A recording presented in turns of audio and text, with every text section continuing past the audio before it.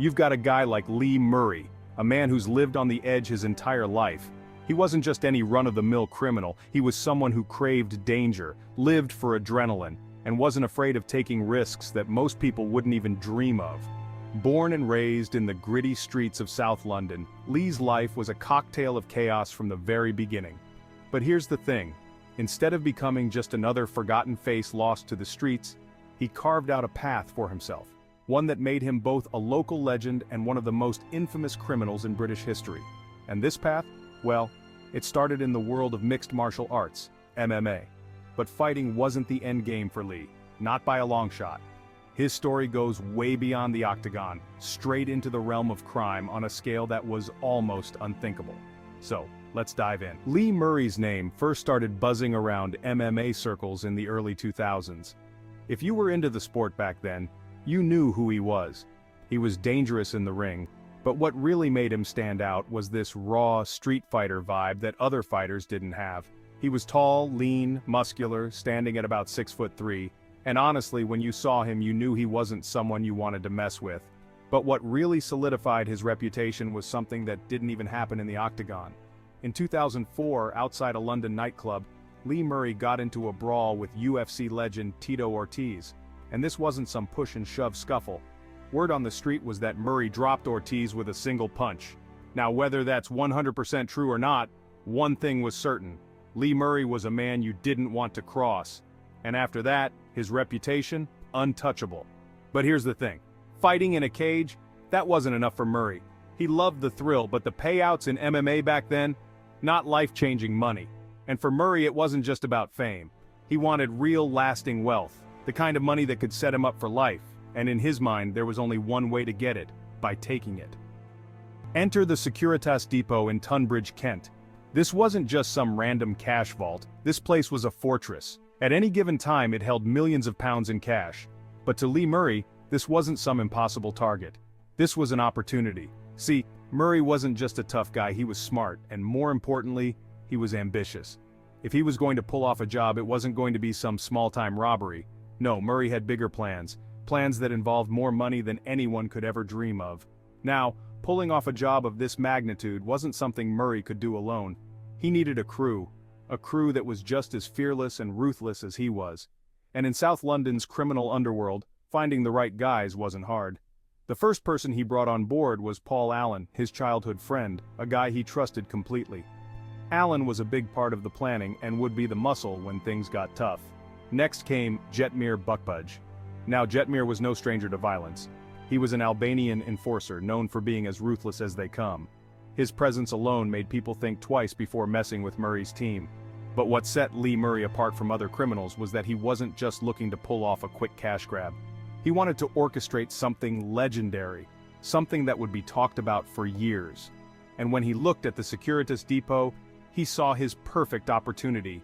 The depot was like Fort Knox. It had millions in cash at any given time, tight security, state-of-the-art systems, and a highly trained staff. But where others saw walls, Murray saw cracks, vulnerabilities. And that's when the real planning began. For months, Murray and his crew gathered every piece of information they could about the depot. They learned the employees' routines, the layout of the building, how the security worked, and most importantly, when the cash was most vulnerable. Nothing was left to chance. Now, here's where things get interesting. Murray wasn't just relying on brute force to pull this off, he was a psychological player. He knew that fear could be a powerful weapon, maybe even more powerful than guns.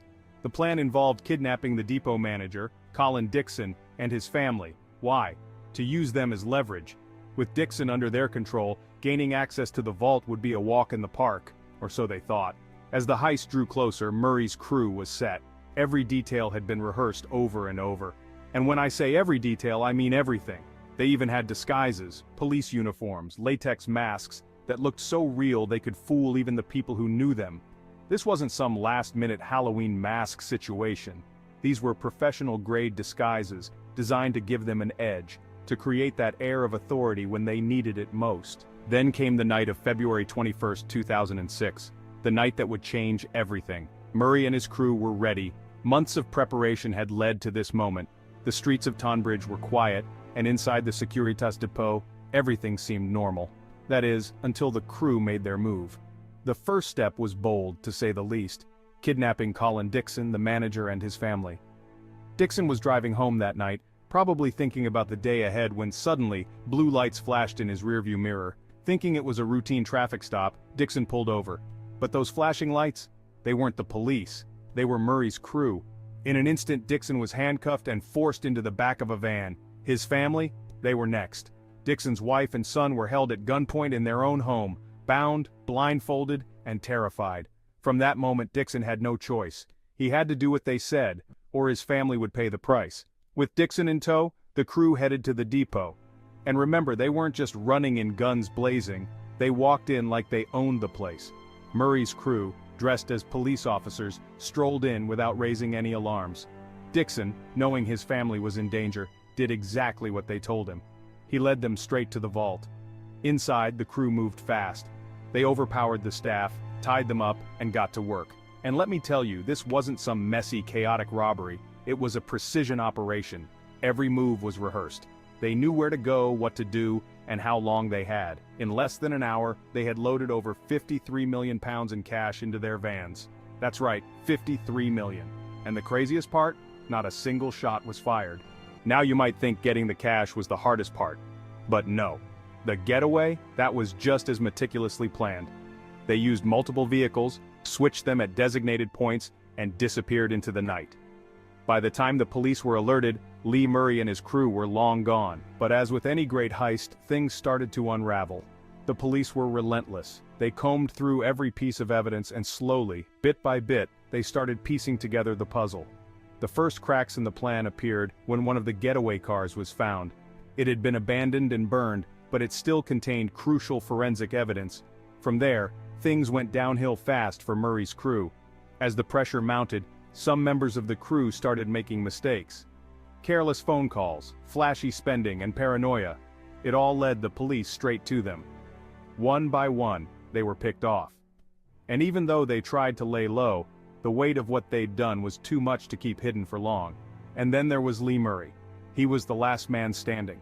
While his crew fell apart, Murray fled to Morocco, a country without an extradition treaty with the UK. Smart, right? For a while it worked. He lived it up in Morocco, spending the money, flaunting his wealth. But it didn't last. In June 2006, Murray was arrested in Rabat. Even then, he fought extradition, claiming Moroccan citizenship. But it didn't matter. In 2010, Murray was sentenced to 25 years in a Moroccan prison. A grim end for a man who once thought he could outsmart the world. But here's the kicker. To this day, much of the £53 million remains missing. Where did it go? No one knows for sure. And that's part of what makes Lee Murray's story so legendary. For a brief moment, he and his crew pulled off the impossible. They outsmarted the system, walked away with millions, and for a while, lived the dream. But as always, the law caught up. And for Murray, his legacy, well, it's one for the history books. So, what do you think? Could you pull off something like this? And if you did, would you spend the rest of your life looking over your shoulder? Let me know your thoughts in the comments.